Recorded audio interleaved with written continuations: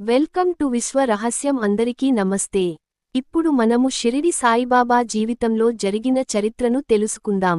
సాయిబాబా ఎవరో, ఎక్కడి నుంచి వచ్చాడో ఎవరికీ తెలియదు. ఆయన గురించి బాబా ఎవ్వరికీ చెప్పలేదు. షిరిడి గ్రామంలో ఒక వేప చెట్టు క్రింద ఆయన అక్కడే ధ్యానంలో ఉండేవారు. అప్పుడు ఆయన వయసు 16 ఏళ్ళు. ఆ తర్వాత ఆయన మళ్ళీ ఎక్కడికో వెళ్ళిపోయాడు. యువకుడిగా మారి మళ్ళీ వచ్చాడు షిరిడికి.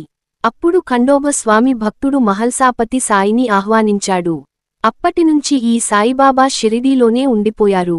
సాయిబాబాను కొందరు దుష్టులు దూషించసాగారు. సాయిబాబా సీరియళ్లలో సినిమాలలో మనము చూస్తూనే ఉన్నాము.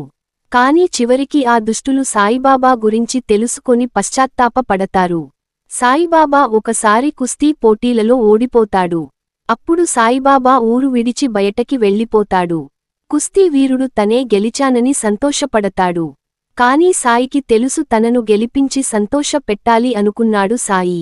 ఎవరికి ఎప్పుడు ఎక్కడ ఎలా బుద్ధి చెప్పాలో సాయికి అన్నీ తెలుసు.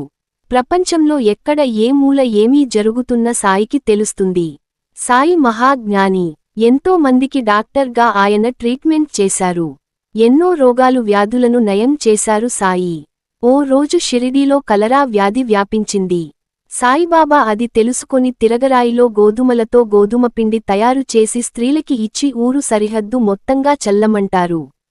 అప్పుడు ఆ స్త్రీలు ఆ గోధుమపిండిని ఊరు సరిహద్దు మొత్తంగా చుట్టూరుగా చల్లుతారు. అప్పుడు కలరా వ్యాధి తగ్గిపోతుంది.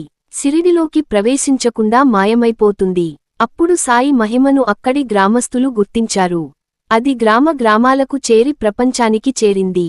ఇక మరో ఘట్టం తాతయ్య ఆరోగ్య పరిస్థితి బాగా లేకుంటే ఆయన వ్యాధిని సాయి స్వీకరిస్తాడు. తాత్య ఆరోగ్యవంతుడవుతాడు. ఇలా సాయి తన భక్తుల కోసం ఎన్నో చేశాడు. భక్తి శ్రద్ధలతో సాయిని విశ్వసిస్తే వారికి భాగ్యాలు సిద్ధిస్తాయని, వారికి ఎందులోనూ లోటే ఉండదని స్వయాన సాయి చెప్పారు. సాయి అందరిని మంచి మార్గాన్ని నడవాలని కోరేవారు. హిందూ, ముస్లిం, క్రిస్టియన్ అనే భేదాలు లేకుండా సాయి అందరితో సఖ్యతగా ఉండేవారు. అందరి బాధలు వినేవాడు, సహాయపడేవాడు. రోగ బాధలతో వచ్చే వారికి నయం చేసి పంపేవారు. తన భక్తులు మనసులో అనుకునే ఆలోచనలు సాయి గ్రహించేవారు. తిరిగి వారికి చెప్పేవారు. సరిగా ఆలోచన లేని వారికి సరిగా ఆలోచనతో ముందుకు పోవాలని చెప్పేవారు. కొన్ని సందర్భాల్లో భక్తులకు కలలో కూడా దర్శనం ఇచ్చేవారు సాయి. తన వద్దకు రాలేని పరిస్థితుల్లో ఉన్న భక్తుల వద్దకు తానే వెళ్లి సహాయం చేసేవారు సాయి. శాస్త్రీయ పద్ధతిలో శ్రీరామనవమి, కృష్ణాష్టమి, ముస్లిం పండుగలు కూడా జరిపేవారు సాయి. అందరూ సఖ్యతగా ఉంటూ ముందుకు వెళ్లాలని సూచించే వారు ఆయన. వ్యక్తుల మనస్తత్వాలు తెలుసుకొని వారి మనస్తత్వాలకు తగ్గట్టుగా సాయి వ్యవహరించేవారు. మంచి మాటలు చెప్పేవారు. ఒక రోజు ఒక దొంగ సాయిని కలిశాడు. తన వేదన గురించి చెప్పుకున్నాడు. దొంగ అనే ముద్రను నేను భరించలేకపోతున్నాను సాయి. దొంగతనాలు మానుకోలేకపోతున్నాను. ఎలా నేను దొంగతనాలు మానుకోవాలి? నాకు మంచి మార్గం చూపించు అని కోరాడు సాయిని. అప్పుడు సాయి అతనికి ఒక మార్గం చూపించాడు. నీవు మంచి మార్గాన్ని ఎన్నుకో. అందరితో కలిసి మంచిగా నడుచుకో. ఒక పనిని వెతుక్కొని పని చేయి.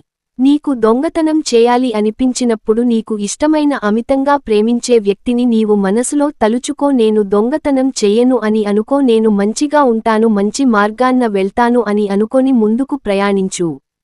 అలా ఆ దొంగ సాయిబాబా చెప్పినట్టుగా చేస్తూ మంచి మార్గాన ముందుకి ప్రయాణించాడు. కొద్ది రోజుల్లోనే ఆయన మనసులో దొంగతనం చేయాలని ఆలోచన తొలగిపోయి మంచి మార్గాన వెళ్ళాలి అనేది ముద్ర పడింది. అప్పటినుంచి ఆయన మంచిగా మారిపోయాడు. ఇలా సాయిబాబా అందరి జీవితాలలో వెలుగును నింపుతూ మంచి మార్గాన వెళ్లమని చెప్పేవాడు. దీన్ని బట్టి మనకి ఏమి అర్థమైంది అంటే మనసులో మంచి ఆలోచన ముఖ్యము, దానిని ఆచరించడం ముఖ్యము. అప్పుడు అది సఫలం అవుతుంది. సో ఫ్రెండ్స్, మరొక వీడియోతో మళ్ళీ కలుద్దాం. నమస్తే.